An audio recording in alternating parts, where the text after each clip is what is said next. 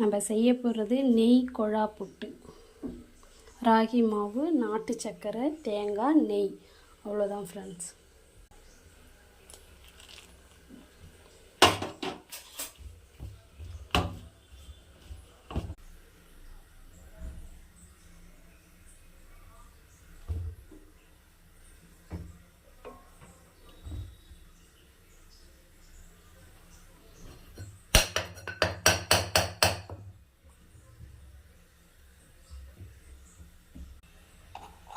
நல்லா மாவு பிசைஞ்சதும் கொஞ்சம் புட்டு, கொஞ்சம் தேங்காய் போட்டு மூடி வச்சிடணும்.